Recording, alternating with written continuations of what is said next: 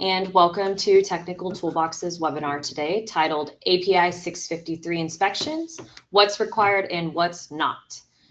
With the well-renowned Earl Crochet today, more commonly known as the Tank Whisperer.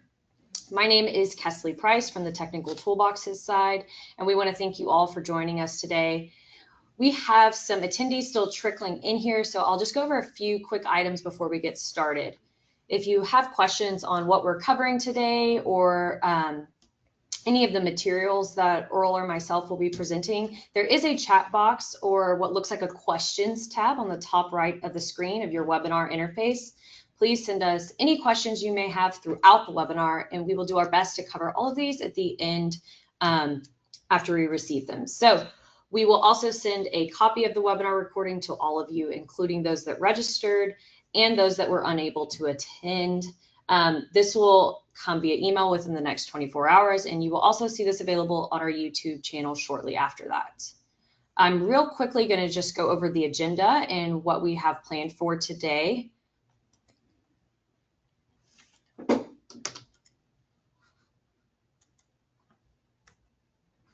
Give just a sec for the slide to change. There we go. Okay, so first of all, Earl's going to give you an introduction to himself. Then we're going to go over the 5 inspection types demystified within API 653, who's qualified to do those inspections, what's in scope and what's not. Then we have a debut of some of our new Piper AI enhancements within Technical Toolbox's API Toolbox for 653 reporting. We have one poll question, and then we will have a live Q&A with the Tank Whisperer himself at the end. So I will now turn it over to Earl to get started with his presentation. Again, thank you all for being here, and we look forward to the live Q&A at the end. Thank you. This is my standard slide. I'm not going to read it. Let's just say I've been doing this a long time. I do have a lot of history with tanks. As of June this year, it's been 37 years. So, and I have been an API inspector since 1993. So, my apologies. For some reason, the slides are not advancing like they should, but we'll get there.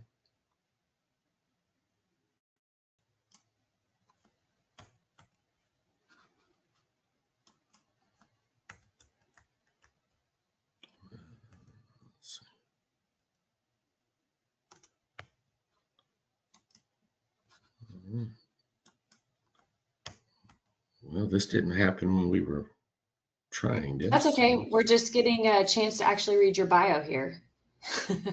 There we go. I don't know what's going on. Anyway, so why do we inspect tanks? Well, quite often it's regulatory required.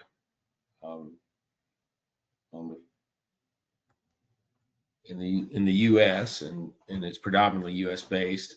You've got federal, DOT, PHMSA, the EPA.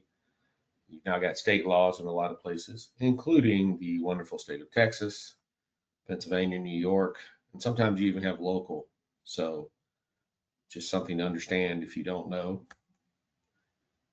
You need to take care of your assets, and you don't really know how to take care of your assets if you don't know what shape they're in. And quite often, especially in a terminal situation, your tanks are your biggest assets. So you need to know what condition they're in, what condition you want them to be in order to manage that, take care of that, plan for that. So just some questions. And since you can't talk back, this is obviously a one-sided, but just to see if you know. So when was API 653 first published? Good question. It was in 1991. So when was the first written test given for API certified tank inspectors? That was in 1993. Hence, that's why I've been an inspector since 93. How many people took the first test? 45. And where was it given? It was in lovely Houston, Texas. And as a just personal aside, There were 5 of us from my company that I was working for at the time, and we all came to Houston and we all passed. So not that anybody really cares, but those of us, I'm the only one that's still currently in the industry working. So I've kept my 653s for 32 plus years now. Doesn't mean I know that much. It just means I'm been around a while. So what inspections are needed? Now this is based from an API 653 standpoint. There's monthly. And even though I just said it's 653, there is actually an annual in DOT PHMSA, which we'll touch on briefly. There's the 5-year, what most people call it, the UT, and the out of service. Now, as a note, everything that I'm referencing in this presentation is from the API 653 5th edition. However, if you have DOT PHMSA tanks, as of today still, you have to follow the API 3rd edition, 3rd addendum, which is significantly different. Also note, if you do own any DOT assets or operate them, you can use the 3rd edition, but you cannot use risk-based inspection or RBI. That is explicitly not allowed in the DOT world. And 4.5 years ago, January of 2021, DOT PHMSA placed a notice saying they were going to update to the 5th edition of API 653. However, as of at least yesterday, I will admit I did not check this morning, but as of yesterday, they haven't done it. So if you have tanks, or if you're the one inspecting them, you need to make sure you're doing the right edition and addendum. An addendum is just an update in between major editions. And for anyone that's not aware, even though if you go on to the API website today and try to buy 653, you'll buy the 5th edition. However, the 6th edition has been validated and passed and will soon be for sale later this year. So as an aside, let's say you have assets here in Texas, as an example. So if you have DOT assets, you have to follow the 3rd edition, 3rd addendum. If you have assets that are, say, covered by the EPA, as soon as the 6th edition comes out, you can use that one. But starting in 2 years, the state of Texas has a new regulation. And if you had tanks that follow that, they explicitly say you have to follow the 5th edition. So it can get quite confusing. And there are changes every time for these different editions and addendums. So just make sure you know what you're inspecting and which version you're supposed to be using. So what inspections actually have to be done and who can do them? You have the monthly, and anyone. We'll cover it more, but the monthly can be done by an employee of the company. It can be a third party, it can be anyone. And you do not have to be a 653 inspector to do these inspections. Now the annual, well, I said 653. There really is no annual in 653. It's kind of squishy there. We'll talk about it. The 5-year visual has to be a 653. 15-year UT has to be a 653. Look over it. Obviously, not all 653 inspectors are qualified to do the UT, but it has to be reviewed by a 653. And the internal or out of service, again, has to be covered by someone with a 653. So here, straight out of the 5th edition, it's talking about the routine in service inspection. And this is really the monthly inspection, which is what everybody calls it, but the official title is routine in service. And I'm sure everybody can read it, but I will read it. It says the external condition of the tank shall be monitored. That means you got to do it by a close visual inspection from the ground on a routine basis. That ground part is important. As an aside, there's a reason the word ground's in there. When the document was created 35 years ago, the owner operators were already sending out gaugers once a month to to gauge their tanks. So the reason they put the ground in there is so that they could kind of get a 2-for-1. So they'd send, the idea, at least at the time, was to send when they did a monthly end of month gauging, they check on it.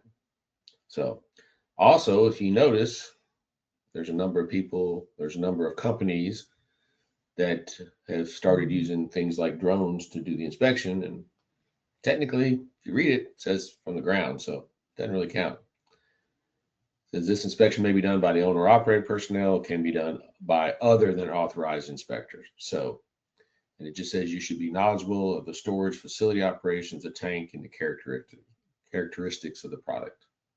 Inspections have to be, shall not exceed once a month, and then list the things that you should look for: shell distortion, settlement, corrosion, foundation, painting, installation.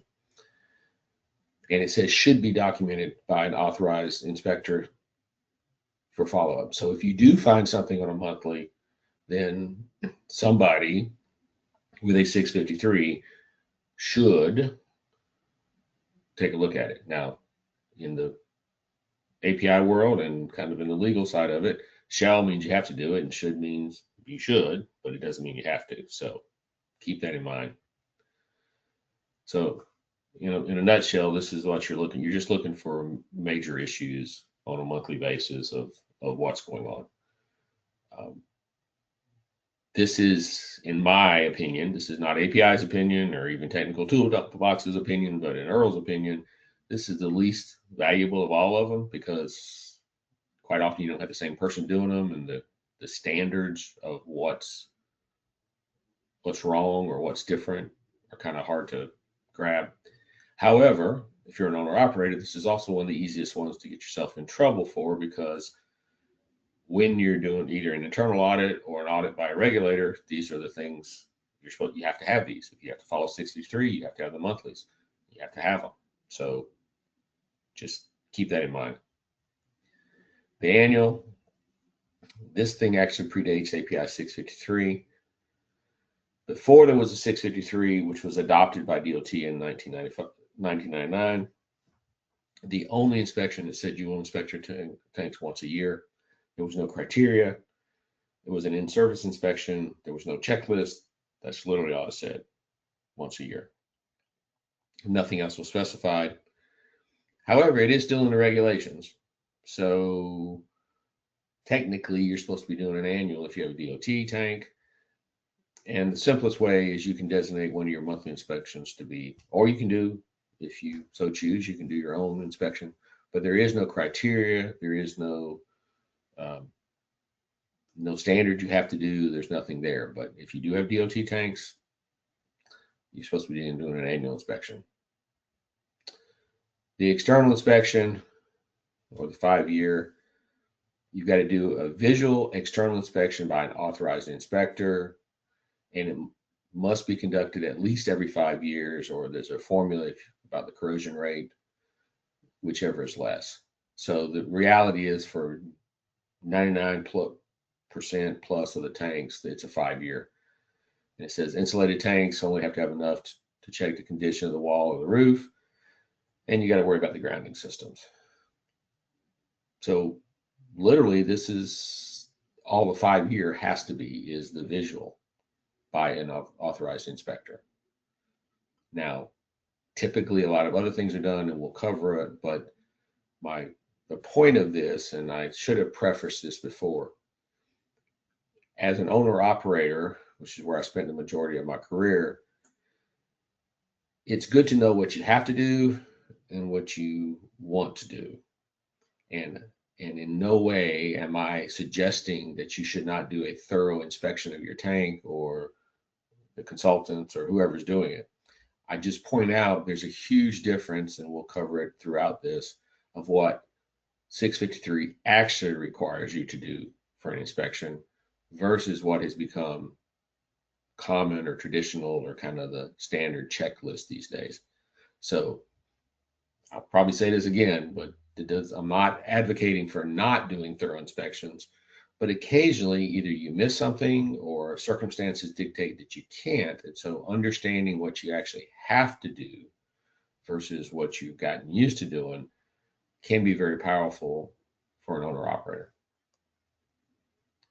So again, you got to do a visual by a 653 and you got to check the grounding systems.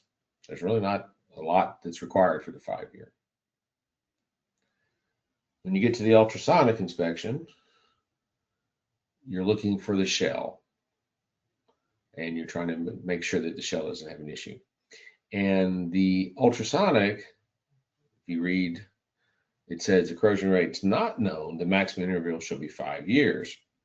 And when the corrosion rate is known, you can go up to 15 years. So again, there's a formula assuming that you don't have severe corrosion. Now, what has become common practice is when you do your 5 years, you do the UT, which makes a lot of sense. You've already, for most companies, you're having to bring out a third-party inspector. They're coming out to do the inspection anyway. Why not go ahead and let them check the shell? That way you're covered. But again, the preface of this whole discussion is just that you don't necessarily have to do it at 5 years. Now, one thing I will point out that people sometimes miss, depending on how they look at it, is when you build a new tank, you're looking typically at a 10-year life for the floor, and we'll cover that briefly. But don't forget, you still need to do the 5-year visual inspection on a new tank. And since you don't know the corrosion rate on a new tank, because it's not been in service, you do need to do the UT during the first 5-year inspection. After that, depending on your corrosion rate, product in your tank, what you want to do, keep doing it every 5 years, or if for some reason you want to, or if you miss it, again, that's the purpose of this, is just pointing out. But don't forget that first one, because that first one in the 5-year, when you do the visual, you need to do the UT because you don't know what the corrosion rate is at that point. So, and as it says in the last paragraph, if you take the tank out of service, you can substitute the external with the internal. Obviously, again, the point of the ultrasonic is really to get a handle on the corrosion rate of the shell to make sure you don't have a problem with that. So, question that gets asked a lot of times is how many, and this is the extent of such measurements shall be determined by the owner operator. The point of this is some companies mandate, one shell, one UT reading per plate of steel. Some do it one shell course, one per each shell course. There is no absolute number in 653 that tells you how many of these UT readings you have to take. Again, more data is better, but the reality is when you're doing the a quarter inch UT probe, you're not going to probably not take anyway thousands of readings. So you need to have something, but it doesn't tell you how many. So again, as the owner operator, you get to decide, do I want every sheet? Do I want 2 per sheet, 5 per sheet? Again, 653 is silent on this. So if you don't determine, then you're relying on your third-party inspection to do it, which may or may not meet your needs. So again, something just to think about. Cathodic protection surveys, and my little comment, the one most people forget about.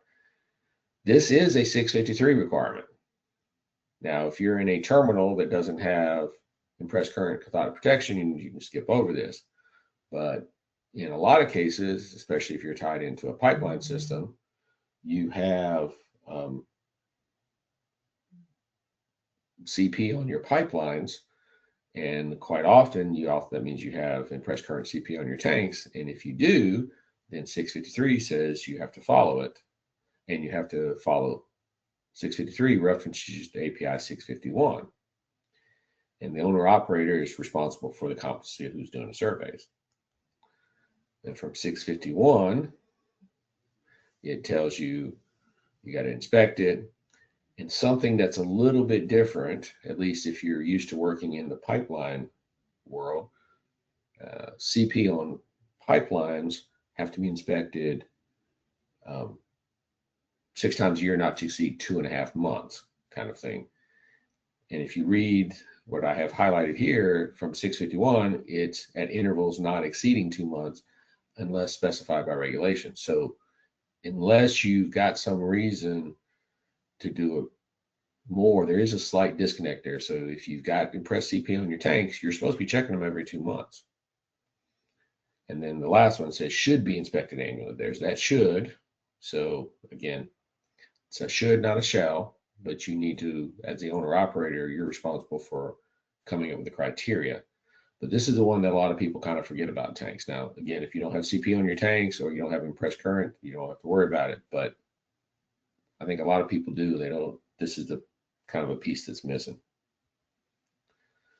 So where exterior tank bottom corrosion is controlled by cathodic protection, you got to do it from 651, and the owner operator shall review the results. So again, something you may be already doing or you may not. And the internal inspection. The internal inspection has been traditionally to look for the condition of the bottom. As you can see, it says ensure the bottom is not severely corroded and leaking, gather the data, and identify and evaluate bottom settlement. And it says, you know, all tanks should have a formal inspection, and there's timelines. And it says if the internal inspection is required solely for the purpose to determine the condition, then you can do it within service using various ultrasonic robotic thickness measurements and other on-stream inspections. So what this is saying, and this has been in there, believe it or not, for over 25 years, if the only reason you're taking your tank out is to check the condition of the bottom, then if you have another way of doing it, there are some tanks that are elevated, and if you can get to the bottom, you can check it that way. Or if you can put a robot of some kind in there, you can check it that way. Now, there's a wide variety of opinions on robotics and how the technology's changed. Just pointing out that if the only reason you're taking your tank out of service is to check the floor, you don't always have to do that. So, and again, it tells you collect the information you collected shall be sufficient to evaluate. Now, one of the things that happens in the industry is, you know, there's a false assumption that if you take a tank out of service and you do what has become over the last 30 years a traditional inspection, that you're getting 100% coverage. I would argue that no inspection gives you 100% because there's different technologies, there's advantages and disadvantages of both, and there are limitations. If you put a robot in the tank, same thing, you're not going to get 100%. There is no, to be very clear, there is no minimum limit of coverage that 663 requires.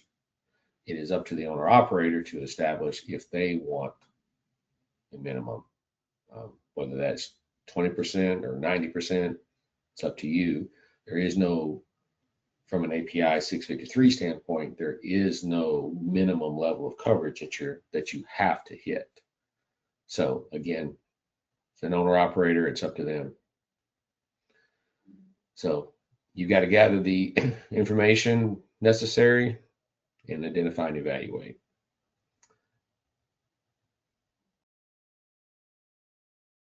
So in API, in Annex C, there is a sample checklist of what to, when doing the in-service and out-of-service inspections. Now, again, the checklists are a guidance. It is not mandatory. We've pretty much covered what's mandatory when you're doing an inspection. The checklist it's to put something, you know, so to remind you to look for things, but the checklists themselves are not mandatory. So what do most inspection companies look for?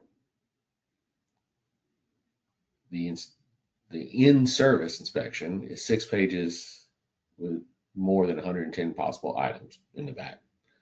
Now, as a quick aside, that checklist has been pretty static for many, many, many years. In the new 6th edition, which is coming out, as I said, soon, they have totally revamped the checklist. It will be up to the industry to decide whether that's a good thing or not, but just warning you, the new version will look totally different. The out-of-service inspection checklist is 10 pages and has more than 250 possible items. And this is one of those rhetorical questions. Do you really need all these items? Obviously, depending on your tank, for instance, there's things about insulated tanks in the checklist. If your tank's not insulated, you can skip over all that. But as the owner operator, it's up to you to determine what is necessary, what is important to you, and what do you want to look for. And again, kind of rhetorical, or someone just filler. So again, I've been a 653 inspector, and I've been on the committee. 1 year after I became an inspector, I was actually able to join the API committee that writes all this stuff. And so I've been on it continuously since then. I am not in any way knocking that. I'm just saying, as an owner operator, sometimes these things are, let's just say some of them are less valuable than others to an owner operator. So what should you look for in a report? Well, can you put the tank back into service as it is?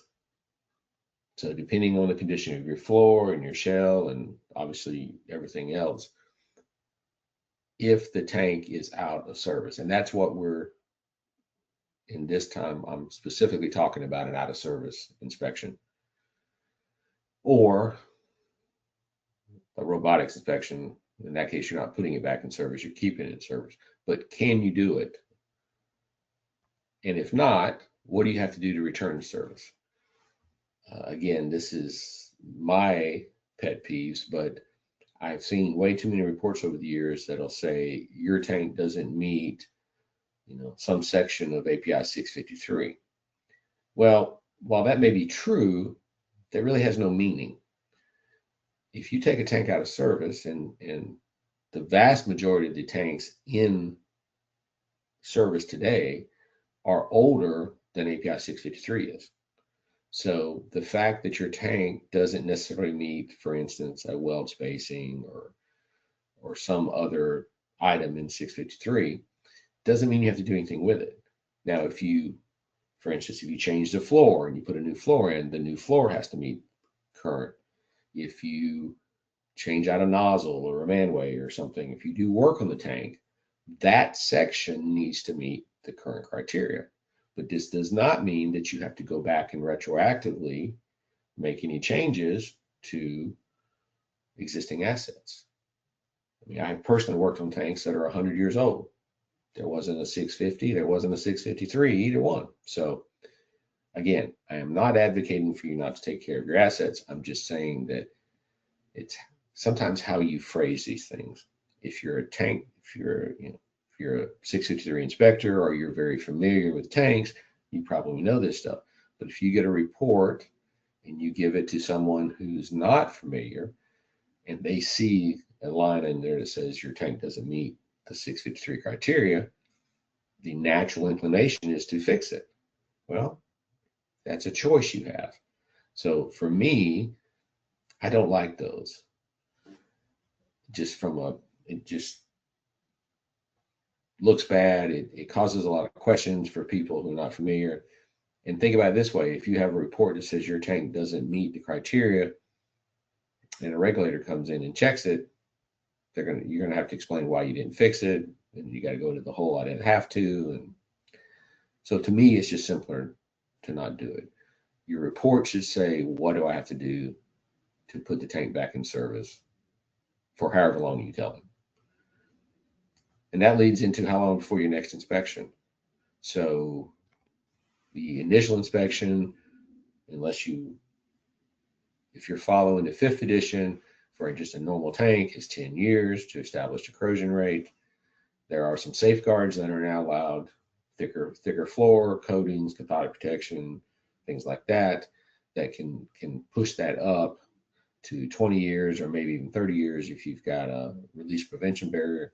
But that's really what, as an owner, what you should be looking for is how long before I have to take the tank out again. And experience has shown that, this is not a defensible number. This is just doing lots and lots of tanks for many years.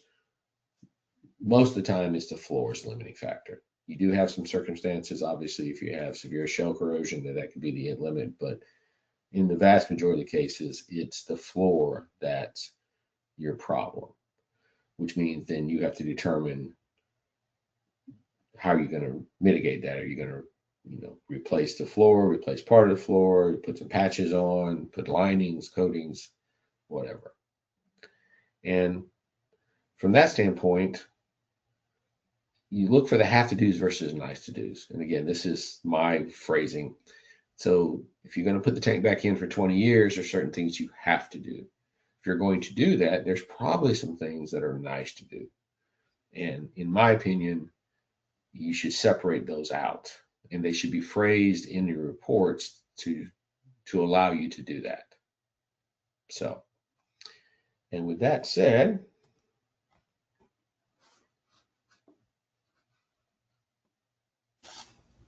perfect. Thank you, Earl. I'm going to share my screen and give y'all a preview of what our new AI enhancements look like within the API Toolbox for 653 reporting. So we have 2 enhancements that were rolled out in the last couple of weeks. First being the Piper AI image analysis that you see here. So as you upload your photos within the report builder for 653, we have modules for 510 and 570 as well, but 653, we have these Piper AI enhancements live recently, and 510 and 570 to come. Within your report builder, under the appendices, within your inspection photographs where you have uploaded these either in the field or once you get back to your computer when building this report, you are able to select the photos that you would like to be analyzed with Piper. By doing so, this will generate a title or a caption for you, as well as a description for each photo. I just selected the first 2 out of the 3, but as you see, it populates that name for the photo as well as a description, and then it automatically selects the category that it's going to fall into within the final report. You also have the option to select a checklist and a reference number if you would like to do so. If you don't maybe like the way this is worded, you can make edits here, or you can select rewrite. What I'm going to do here is select replace, and you will see it populate for that image and move on to the next photo. So this is going to create, again, the same thing, a title or caption name for that photo, as well as a description. And then I'm going to show you how this displays in the write-up as it carries over. So here we go, tank shell and foundation with nozzle cover for that image, as well as the description, and it moved that to the shell category as well. I'm going to select replace and close this, and then hit save and continue. Like I said, I only did those first 2 of the 3 photos. It automatically moves you on to the next section in your appendices to enter the rest of your data for the report. But I'm going to showcase now the second enhancement that came to API 653, and this is our Piper AI report write-up feature. So you have your report by section, this left column being your observations, and this right column being your recommendations for each section. Here I'm showing the foundation. Down here you'll see the shell. You'll see already that those 2 photos that were categorized to shell are already populating here thanks to the workflow within the toolbox. So for foundation, I'm going to select generate writing, it is going to rewrite your observation for you, and you have the option to use that or not. But most importantly, it's going to take those observations and give you recommendations. And that's what I'm going to be looking forward to seeing here. So just like the image analysis, Piper AI is pulling this information from only trusted sources. So think API codes and regulations, as well as approved reports that we've compiled from experts over the years. So say you don't like this, you're able to change that, rewrite it, replace it if you choose to. I'm actually just going to use the foundations in this example, but notice that for each recommendation within the foundation, you see that it's going to reference an API code and give you that clear reference within the recommendation section. So I'm going to select replace, and you'll see it populate here. You can go down and do this for every section if you'd like. But what I do want to showcase down here is you've got your executive overview. Normally you would have to go section by section and summarize that. But here we also have generate writing option here from Piper AI. And what it's going to do is take all of those observations from above, all of those actionable recommendations that were generated on the right side, either by you or by Piper, and it's going to summarize those in your executive summary for you.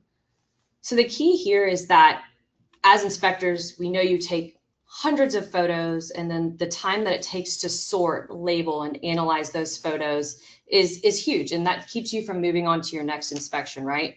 So for this report write-up, same thing. You have all your observations and recommendations, and it's creating that summary for you and allowing you to replace that into your report. You will also see the code references there for you. And what that's doing is taking those photos, taking those sections, and auto-generating that summary for you, aligning you with those API standards and reducing potential errors and audit revisions. This is new. We have launched this in the last couple of weeks. We would love your feedback on this. Again, we will be rolling this out for 510 and 570 very shortly, but it is live for all of those in 653 today. So next, we are going to cover one quick poll question. And as that comes up here, the question today is, are you interested in learning more about the API toolbox for API 510, 570, and or 653? We would love your help here with your response. This is going to display for about 1 minute, and your response here helps us know how we can best serve you moving forward. While we're waiting on this question to run the full minute, we will be in Phoenix in October for the API Storage Tank Conference and Expo. We would love for you to stop by our booth. That is booth 315. Grab some awesome swag. It always goes quickly. Y'all love our hats and our tank socks. And we'd love to answer any of your questions from this webinar, maybe give you a tailored demo to your needs. So would love to see you at that conference in Phoenix coming at the end of October. Also, it does look like we have quite a bit of questions coming in from the attendees. So as soon as this poll question wraps here, we will move on to those, Earl, and I will feed those to you here. If we are not able to cover all the questions in the live Q&A, we will follow up via email with you. So I'm just going to start from the top, Earl, and read these to you. So first one being from Philip. So for external 5-year under 6.3.2.2, sorry, mouthful there, 6.3.2.2, do we need to remove insulation if cladding and other visual conditions look acceptable? And that's for the external 5-year. Correct. Yeah, the only insulation you need to remove is enough to get a view of the tank. And it's a wishy-washy answer, but there is no minimum, again, there's no minimum amount. Typically, a lot of tanks have kind of inspection holes, or they have patch places where you can do it. So if there's no known issues from an owner operator, from an integrity standpoint, my advice would be you should probably check something, either near an opening, because that tends to get to water, moisture in there, or near the shell to bottom weld. And if you've checked it and you're really not having an issue, you don't need to remove, a significant amount or any at all if you're confident. The problem is, of course, you can have significant corrosion under the insulation, and then you don't see it, you don't know about it, and that's when bad things happen. But there is no minimum, there is no absolute. You just need to say that you've checked it. Perfect. Thank you, Earl. Next question. For the UT thickness inspection, 653 says, quote, when used, UT shall be made at 5 years/15 years. Would this mean if you choose not to use UT, you don't need to follow this 5 year/15 year interval? If you know, it's one of those, it's trying to prove a negative. You don't have to do UT if you say there's no shell corrosion. So for instance, if you got a lined tank, you got lining in the tank, and you've painted on the outside, in theory, right, you have zero corrosion on the inside, zero corrosion on the outside, so you don't have an issue. But since you can't see inside the tank, that could be a problem, right? Because your lining could have a problem, have an issue. So if you do the UT, which I would advise on a personal level that you should at least have some data, then you have to follow the 5/15, depending on what your corrosion rate is. Good to know. Okay, this is a long one from Juan Carlos, but follow me here. He's going to want to know at the end what your opinion about this thought is. So his initial question is API 653 a mandatory inspection code? The reason I am asking this question is because I have seen tank SMEs disapproving tank items because they are not per the code. However, it is my understanding, and I believe it is written in the code, good engineering practice or judgment is allowed per the code. So if a tank item is not strictly per code, by it is defensible per engineering practice or engineering calculations, it should not be rejected. What would be your thoughts there, Earl? That is a great question, and the answer is actually correct. So 653 is a required code. API writes standards, so it is the standard. But if your company adopts it, or like I said, EPA adopts it, DOT adopts it, state of Texas, whoever, then it becomes regulatory, so it's mandatory. However, inside of 653, there is language, and I should be able to quote it exactly, but I can't. But essentially, if you get a storage tank engineer, somebody that's comfortable with it, you can pretty much sign off on anything. There's all kind of exceptions. One of the most frequent one is there's a lot of things that will cause a hydro test, but you can do a hydro test exemption by getting an engineer to look at it. So it is mandatory, and that's part of the purpose of my take on this presentation. There's a lot of things there's very minimal what you actually have to do, and you can do lots of things to the tank that are not exactly to code as long as you get an engineer to sign off on it. And that is done on a daily basis in our industry, and there's nothing wrong with it. Understanding that if you as the owner do it, you're taking all the responsibility. If you have a third-party engineer do it, then hopefully they know what they're talking about. Perfect. Okay, a few more here. I think we should be able to cover everything that's come in so far. So when an API 653 inspection identifies minor wall defects, how do we determine whether a repair is mandatory under the code or if enhanced monitoring is sufficient? Another good question. When you say defect, it could be a, is that corrosion, or is that a, bad weld or whatever. Again, it's on a case-by-case basis, and it depends on, most tanks are significantly over-designed. And so unless you have a tremendous amount of damage, corrosion. As an example, and this is not popular with environmental folks or lawyers, but I mean, most of the time, I'm not going to say all the time, but most of the time, if you had corrosion in shell, you're going to get a leak. You're not going to have a catastrophic failure. So obviously nobody wants a leak, and that's what you're trying to avoid. But the reality is, it's most of the time, again, lots of caveats around that, it's not an integrity issue as much as it is an environmental slash, safety slash whatever. So you have to treat those on an individual basis. So you need to understand what's the problem with the tank. Is it corrosion? Is it erosion? Is it welding defect or some other issue? And then what are the consequences? And then do you have to do anything? And that gets back to that's why they ask you to, 653 says you got to essentially know what your corrosion rates are so you can predict. But the reality is, I've tried for years to come up with a better analogy and I've yet to do it. But if you think about it, we're looking at corrosion rates. So it's like driving your car forward, but your windshield is covered and you're looking in the rearview mirror. You don't really know where you're going. You just know where you've been, because everything you do is a projected corrosion rate going into the future for what's already happened. And that's not necessarily, the 653 treats corrosion rates as linear. If you've ever been around tanks or any equipment, they're saying corrosion rates linear is not really a great idea, but it's the best we've got.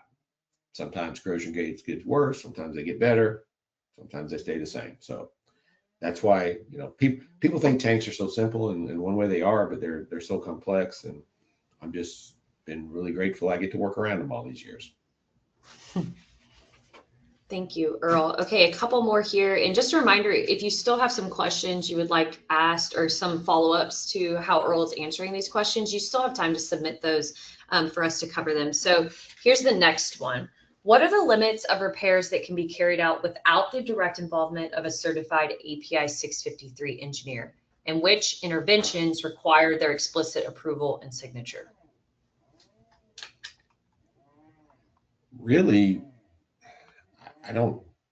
from an actual repair of the tank, I don't know that you can get away with anything without a 653.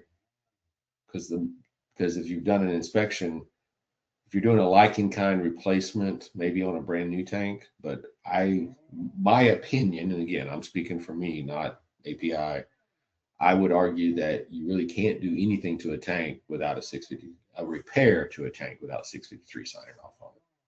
Now, let's be clear, just because you're there's two things. Earlier we were talking about, doing things above and beyond or different from 653, and there's a term in there, storage tank engineer. You really have two buckets. You have one that's an engineering problem, which you need an engineer, and good or bad, to be a storage tank engineer, you don't have to be a 653. And then you have a 653 inspector, which doesn't have to be an engineer. So there's if you kind of do a Venn diagram, you have to have, in a lot of cases, it benefits you to have, if you're just doing basic inspection, 653, non-engineering. If you're doing anything complex or potentially an integrity issue, you really need to have a storage tank engineer. And to cover both bases, you probably ought to have somebody that can do both. Okay. Apologies if you've already covered this, I may have missed it. Are the tank settlement measurement evaluation a mandatory requirement or at the inspector's discretion? It says you're supposed to look for settlement. And again, that's one of those things that, again, I personally would think you should do the survey, but it doesn't actually require the survey in most cases, unless you can visually see a difference. But it's kind of hard, very few people have calibrated eyes sufficiently to say whether the tank is settled, because once the tank is settled, you get into, potential more stresses, or that maybe there's a void or your foundation's failing. So I think most people would answer that question that they're mandatory, but if you actually kind of dig down into it, it's a maybe, sort of, kind of. It's not absolute. It's not mandatory in every case. Gotcha. Okay, what about STI tanks? Do they require a 653 inspector? No. Great question. STI typically are shop built or small erected field tanks. STI has a whole different inspection criteria, and is very applicable to smaller tanks. And as an owner and as a consultant, I strongly suggest that people use STI where appropriate. Quick aside for anybody, and I already mentioned this, but in the state of Texas in 2 years, if your tank's following that new regulation, you have to use 653. You cannot use, and it goes down to 500 barrels, which most 500 barrel tanks are going to be an STI type tank. But the state of Texas, as of now, doesn't allow you to use STI, so you have to use 653. You can use 653 on any tank that you want, even if it wasn't built to 650. But you really get into, is it the most appropriate, or should you be doing something else? Okay, and then mentioning 650, this question actually pertains to that. Is API 653 a substitute inspection code for tanks not designed to API 650? For example, designed to STI in USA or ULC in Canada? Yeah, you can use, again, depending on the two kind of buckets are, what is the regulation, or if there's a regulatory requirement, in another country or jurisdiction, do they allow you to do that? And or does the owner operator, because the owner operator is ultimately responsible for the asset and taking care of it. So as I just said, 653 has been and can be used for a lot of STI tanks. It's used for tanks that were built to no standard. You can use them to other, it's not always the most appropriate. And that kind of gets back to one of the earlier questions is, are there things you can do differently, or can you go off script with 653? And the answer is yes, as long as somebody documents it and explains it and signs off on it. Okay, and this is going to be our last question here before we wrap up. After significant repairs, for example, bottom plate replacement or patching of a corroded area, what inspection frequency is recommended to ensure the durability and continued compliance of the intervention? Great question. So if you put a new bottom in, then your clock starts over again.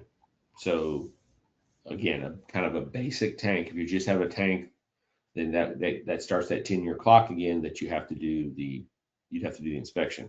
Now there are things you can do. There's a similar service clause in 653. There's an RBI, risk-based inspection, if you're not a DOT tank. But in general, you would start your clock over again. And so in 10 years, you would need to establish the corrosion rate.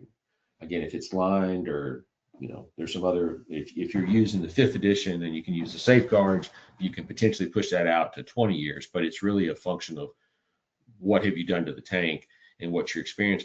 And then it gets to the owner operator, what's their risk tolerance? Now, how big a deal, how big is the deal to take the tank out and inspect it, or put a robot in there if possible, versus what happens if you have a failure?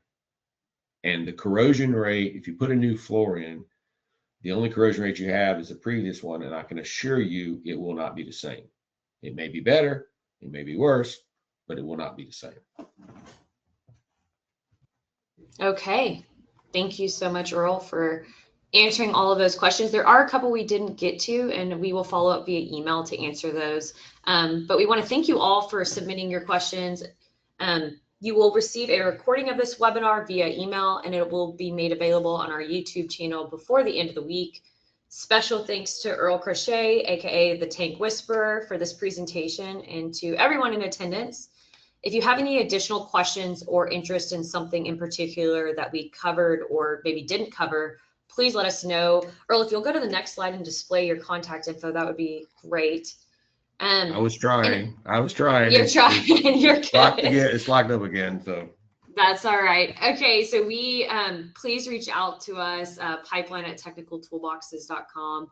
Happy to answer any of your questions, and if it's specific to Earl, we can forward that on. Really, again, thank you all for joining, and we hope you have a great rest of your day.